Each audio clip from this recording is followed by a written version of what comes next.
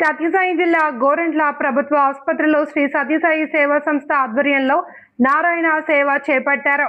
Gorantla convener Subbarayudu వివాహ వార్షికోత్సవం మరియు వారి మనవరాలు చరిష్మా జన్మదినోత్సవాన్ని పురస్కరించుకుని గర్భిణీ స్త్రీలు, ఆసుపత్రి సిబ్బంది మరియు రోగులకు ప్రేమతో భక్తితో ఆహారం అందించి నారాయణ సేవ నిర్వహించారు.